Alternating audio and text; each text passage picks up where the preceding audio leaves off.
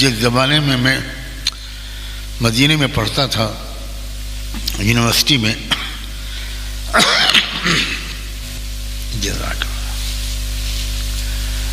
मैं एक हफ्ते के लिए मुझे इंडिया आना पड़ा छुट्टी लेकर, और वो हफ्ता मेरा बहुत सख्त मशगूल गुजरा।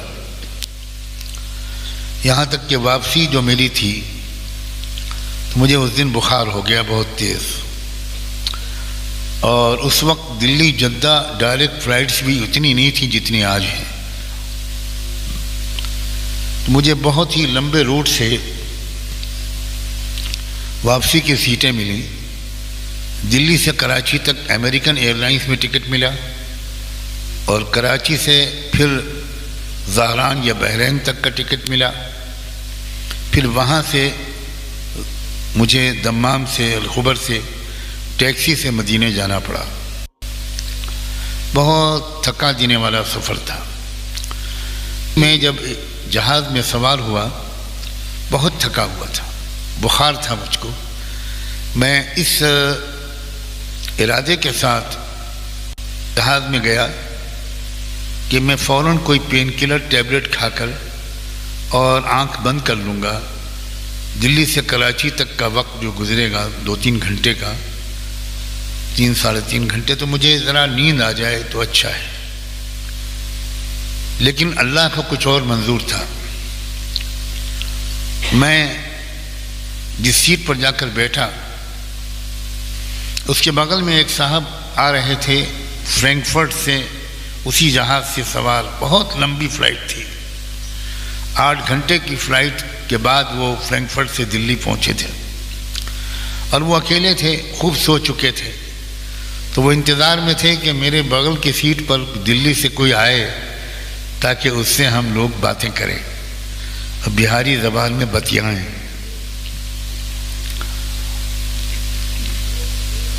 तो मैं तो शिकार हो गया। मैं गया था आराम के इरादे से, उन्होंने मेरा इस्तकबाल किया खूब बातचीत करने के इरादे से। ये वाक़या है 1980 का शुरू का। उसी ज़माने में ताज़ा ईरानी इनकलाब आया था, खुमैनी वाला। तो वो साहब जो आए थे वो भी इंडिया ही के एक शहरी थे, और हम इंडियंस का एक मिजाज होता है कि आपस में जब मिलते हैं तो पॉलिटिक्स पर खूब बातें करते हैं, चाहे ट्रेन में हो चाहे जहाज़ में हो, और इतनी फिक्रमंदी से बातें करते हैं कि जैसे ऐसा लगता है कि ये साहब देश के लिए इतना पीड़ित थे कि पिछले 1 हफ्ते से सोए नहीं होंगे, खाया भी नहीं होगा। और जैसे ही उनका स्टेशन या एयरपोर्ट आता है देश के सारे मसले हल हो चुके हैं, और वो अब चुपचाप अपना बैग उठाकर तशरीफ़ ले जाते हैं। देश जाए चूल्हे बाढ़ में, मुझे जाना है अपनी ससुराल। तो उन्होंने भी मेरा ऐसा ही इस्तकबाल किया, और मुझे एक मौलवी देखकर ईरानी इनकलाब के बारे में बात छेड़ दी। हम लोगों को भी हमारे बुजुर्गों ने कुछ सिखाया है कि नॉन प्रोडक्टिव जो टॉपिक्स होते हैं, बेफ़ायदा मौज़ूआत, उन पर कभी बात मत किया करो। कोई अगर बात छेड़े तो खूबसूरती से बात के रुख को मोड़ दो, और ऐसे मौजू पर ले जाओ जिससे कुछ भला हो, कुछ नतीजा निकले, कुछ प्रोडक्टिव टॉपिक छेड़ दो। तो मौजू को बदलना ये भी एक फ़न होता है। जैसे फुटबॉल का खिलाड़ी गेंद लेकर एकदम पास दे देता है और रुख बदल जाता है, उसी तरह ये भी सिखाया जाता है। अल्हम्दुलिल्लाह, चुनांचे मैंने बात का रुख बदल दिया, और बजाय इसके कि मैं ईरानियन रिवॉल्यूशन पर कुछ कमेंट्स पास करूं और टाइम बर्बाद करूं, उसके बजाय मैंने इस्लाम के बारे में बात करना शुरू कर दी। वो साहब इस्लाम के बारे में बातचीत सुनने में इंटरेस्टेड नहीं थे। बहुत जल्दी उनको जमाइयाँ आने लगी, तो मैं भी छुट्टी पा गया। लेकिन कुदरत को कुछ और मंजूर था। बिल्कुल सामने वाली सीट पर एयर होस्टेस की सीट थी, वो एयर होस्टेस बैठी हुई थी, अमेरिकन लड़की, जो जहाज़ में सर्विस कर रही थी। क्योंकि वो 3 बजे रात का वक्त था, तो उस वक्त तो उसको कोई सर्विस करनी नहीं थी। नए मुसाफिरों को एक एक गिलास जूस पिला दिया और अपनी सीट पर बैठ गई।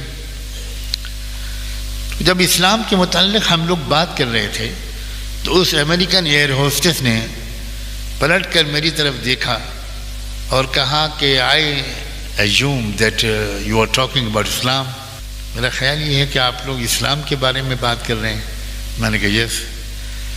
तो उस लड़की ने कहा कि sorry to intervene, can I participate in your conversation. माफ़ कीजिएगा, मैंने दखल दर माकूलात की, क्या मैं आपकी बातचीत में हिस्सा ले सकती हूँ? मैंने कहा श्योर। तो उसने कहा कि मैं पिछले 1 साल से इस्लाम को पढ़ रही हूँ और मैं इस्लाम की बहुत सी बातों को लाइक करती हूँ। एक चीज़ मेरी समझ में नहीं आती और वो है पर्दा। 50% से ज़्यादा पॉपुलेशन को you people confined them behind the walls. आपने 50% से ज़्यादा आबादी को 4 दीवारों के अंदर बंद कर दिया। ये कैसा कानून है? तो उस लड़की ने पर्दे पर एतराज़ किया, लेकिन एतराज़ के लिए नहीं था, समझने के लिए था। बहुत फ़र्क होता है एतराज़ बराए एतराज़ और एतराज़ कुछ जानने के शौक़ में। हमें हमारे बुज़ुर्गों ने एक बात सिखाई है, और यहाँ हमारे बहुत सीनियर स्कॉलर्स रिसर्च करने वाले बैठे हैं। अजीज़ों, ये गिरह से बांध लेना। मेरे वालिद साहब ने ये बात मुझे बहुत दफ़ा सिखाई कि जब भी तुमसे कोई सवाल करे, सवाल सुनते भी रहो और उसी वक्त अपने अल्लाह से दिल में दुआ करते रहो कि अल्लाह अगर इस सवाल का जवाब देने में खैर है तो जवाब दिल में डाल दीजिए, खामोश रहने में खैर है तो खामोश रहने का दाइया दिल में डाल दीजिए, और अल्लाह उस वक्त मजमून जो दिल में डाले उसी के मुताबिक जवाब देने की आदत रखना। मैं सच कहता हूँ, ऐसा नुस्खा है ये। उस दिन मेरे जहन में ऐसा जवाब आया जो मैंने उससे पहले कभी नहीं सोचा था। मैंने कहा कि बहन, मैं तो उस वक्त बिल्कुल यंग स्टूडेंट था, मैं बेटी तो कह नहीं सकता था उसको। मैंने कहा बहन, आपके मुल्क में एक स्टेट है टेक्सास, टेक्सास का कैपिटल है ह्यूस्टन। 1972 में वहाँ एक बहुत अजीब इंसिडेंट हुआ था और एक लिटिगेशन यानी एक मुकदमा चला था अदालत में, और वो ये था, मुख्तसरन मैं आपको सुनाता हूँ कि एक नौजवान अपनी गाड़ी में एक ब्रीफकेस लेके निकला रात के 12 बजे के बाद। सन्नाटा था बिल्कुल सड़क पर। एक राउंड अबाउट यानी एक चौराहे पर जाकर उसने अपनी गाड़ी रोकी और ब्रीफकेस खोलकर बीच चौराहे पर रख दिया। जो चबूतरा होता है राउंड अबाउट का ट्रैफिक, उस पर रख दिया। उस ब्रीफकेस में तकरीबन $2 लाख के जेवरात, डायमंड्स, ये सब रखे हुए थे। $2 लाख, वो भी उस जमाने के। और रखकर करीब गाड़ी, उसका घर था, पार्किंग में उसने गाड़ी खड़ी की, ऊपर गया, अपने अपार्टमेंट में जाकर उसने बालकनी से झांकना शुरू किया कि देखें मेरे ब्रीफकेस के साथ अब क्या होता है। तो एक दूसरी गाड़ी आई, वो गाड़ी थोड़ी स्लो हुई, रुकी। उस गाड़ी में जो अब बैठा ड्राइव कर रहा था, उसने गौर से देखा। उसने देखा कि ये तो माय गुडनेस, लाखों डॉलर का माल इसमें रखा है। तो दाएं बाएं उसने देखा कि कोई देख तो नहीं रहा है। जब देखा कि सन्नाटा है तो अपनी गाड़ी से उतरा, जल्दी से उसने ब्रीफकेस उठाया, अपनी गाड़ी में रखा और तेज़ी के साथ वहाँ से भागा। बालकनी से खड़े हुए उसने गाड़ी का नंबर नोट किया, पुलिस को इन्फॉर्म किया और पुलिस ने अगले ही चौराहे पर उसको रंगे हाथों पकड़ लिया। वो गिरफ्तार हो गया। ब्रीफकेस पुलिस ने अपनी कस्टडी में ले लिया। फिर केस चला। अब एयर होस्टेस मेरी बात को गौर से सुन रही है, मैं उसको जवाब दे रहा हूँ उसके सवाल का जो पर्दे पर उसने एतराज़ किया था, और वो हैरान है कि मेरे सवाल का इस जवाब से क्या ताल्लुक़ है। अभी तक उसकी समझ में नहीं आ रहा, बट पेशेंटली वो सुनती रही। फिर मैंने कहा कि केस गया आपकी अदालतों में, तो अदालत का जो आखिरी फैसला आया वो ये आया, ये बात गौर से सुनने की है कि असल जो क्रिमिनल है जिसने पनिशेबल क्राइम किया है वो शख्स नहीं है जिसने ब्रीफकेस चुराया, बल्कि वो शख्स है जिसने ब्रीफकेस को खोलकर चौराहे पर रखा। उसको तो जेल भेज दो। हुक्म हुआ कि उसको जेल की सज़ा दी जाए विद मेंटल ट्रीटमेंट, उसका दिमागी इलाज भी कराया जाए, इसलिए कि यकीनी तौर पर वो something is wrong with his mental condition, वो कुछ न कुछ पागल है, वरना चौराहे पर अपने ब्रीफकेस को इतनी बड़ी मालियत के साथ खोल कर रखने का मतलब क्या है।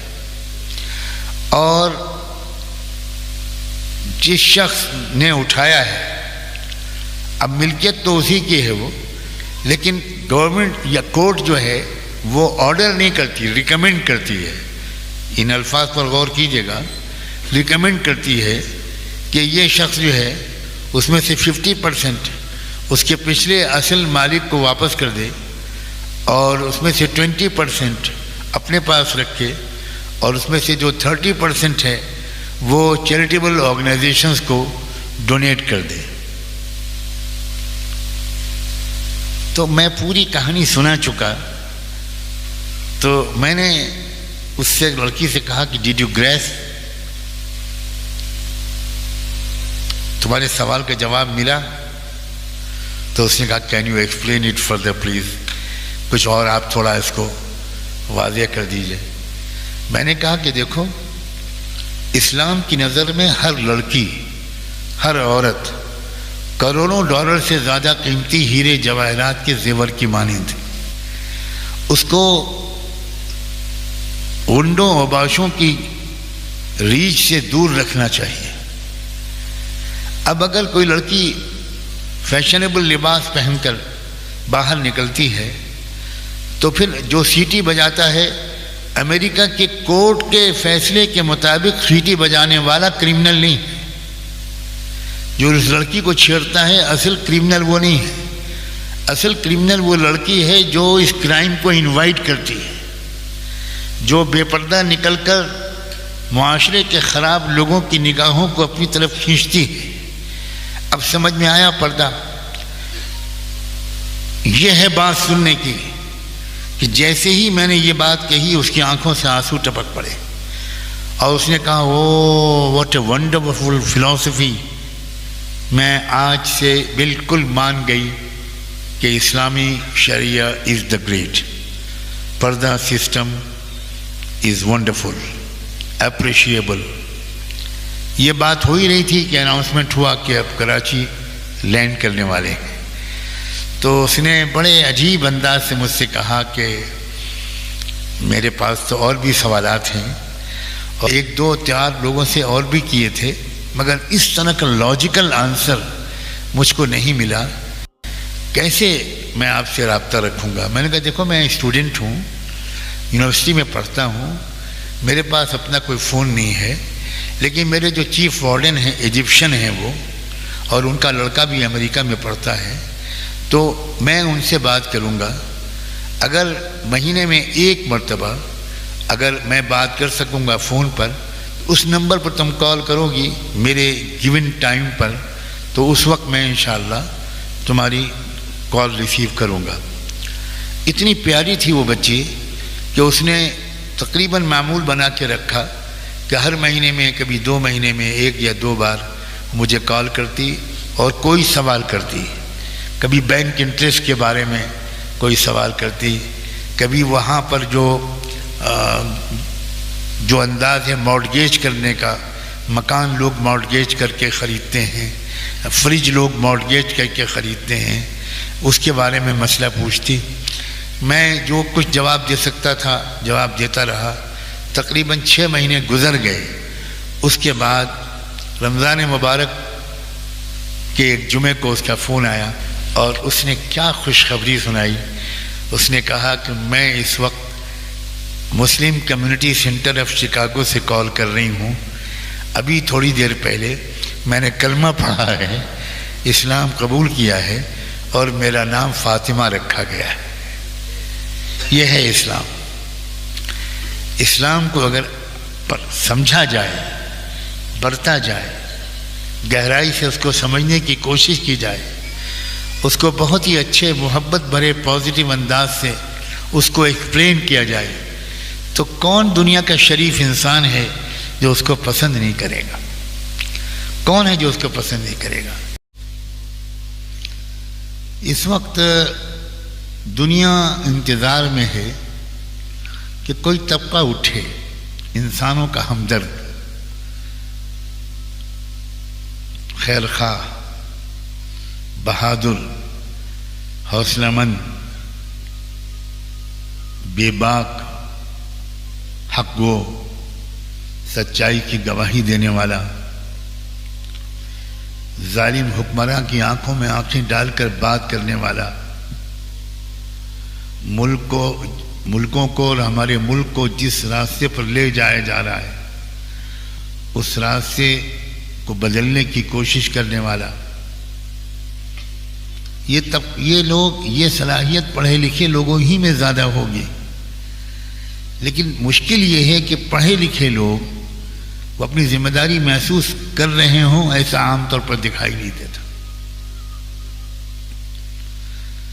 मैं आपसे ये गुजारिश करता हूं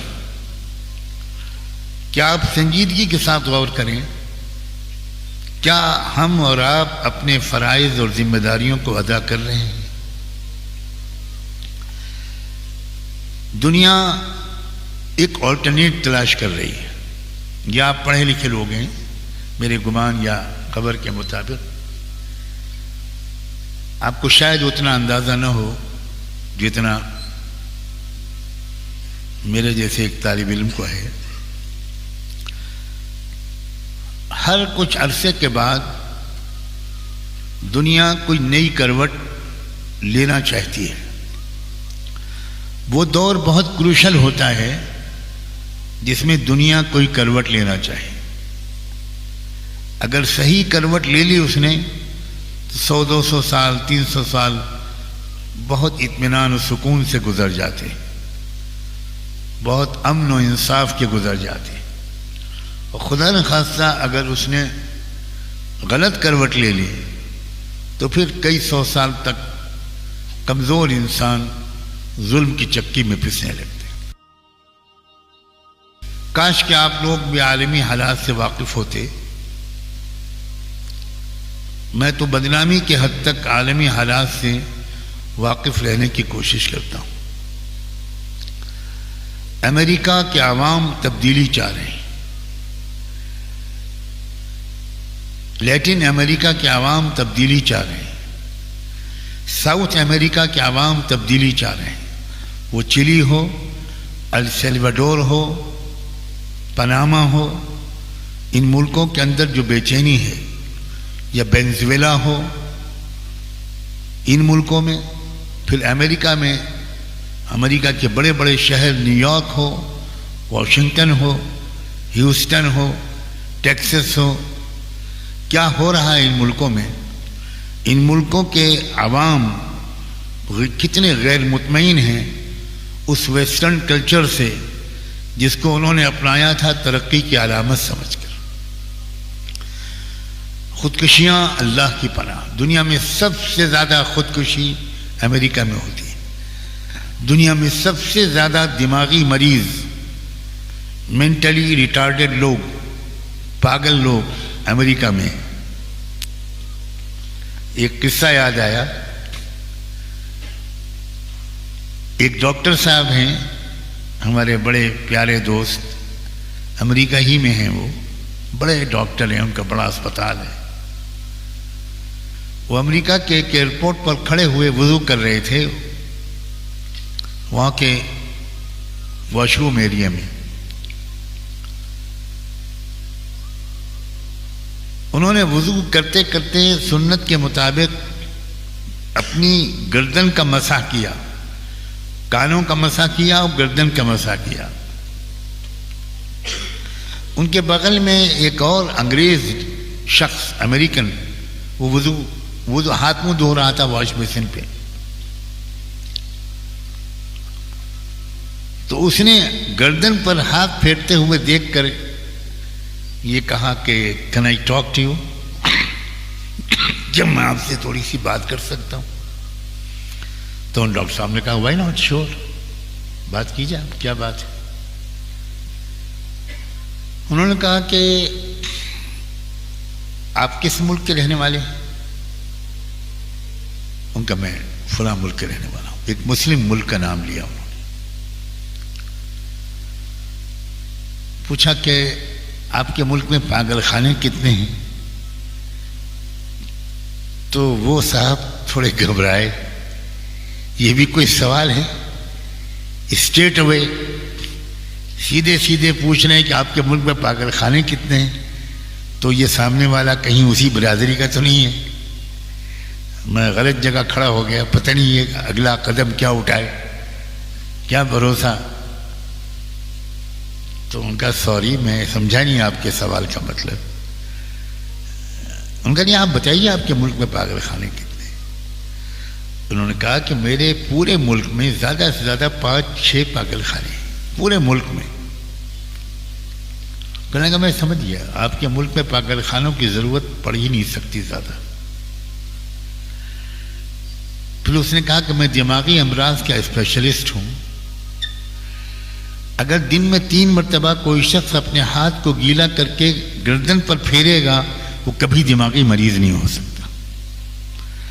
और मैंने देखा कि आपने गर्दन पर हाथ फेरे। तो उन्होंने कहा कि ये तो हमारे रसूल सल्लल्लाहु अलैहि वसल्लम ने हमको दिन में 5 मरतबा कम से कम वुज़ू करने को बताया है, हम इस तरह गर्दन पर हाथ फेरते हैं। उसने कहा कि आप बड़े खुशकिस्मत हैं, हमारे यहाँ तो एक शहर में 70 पागल खाने, और वो भी कम पड़ रहे हैं।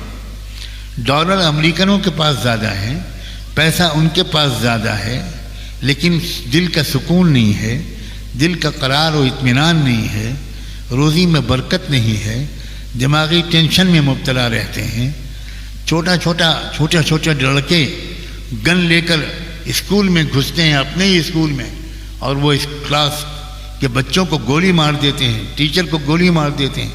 हर साल में 1-2 वाक़यात ऐसे वहाँ पेश आते हैं।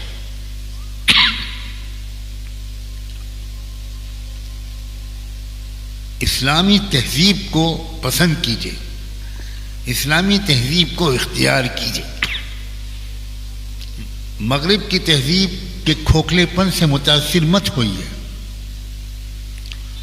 इस्लाम में जो आदाब सिखाए गए, खाने का तरीक़ा, पीने का तरीक़ा, नहाने का तरीक़ा, पाकी का निज़ाम,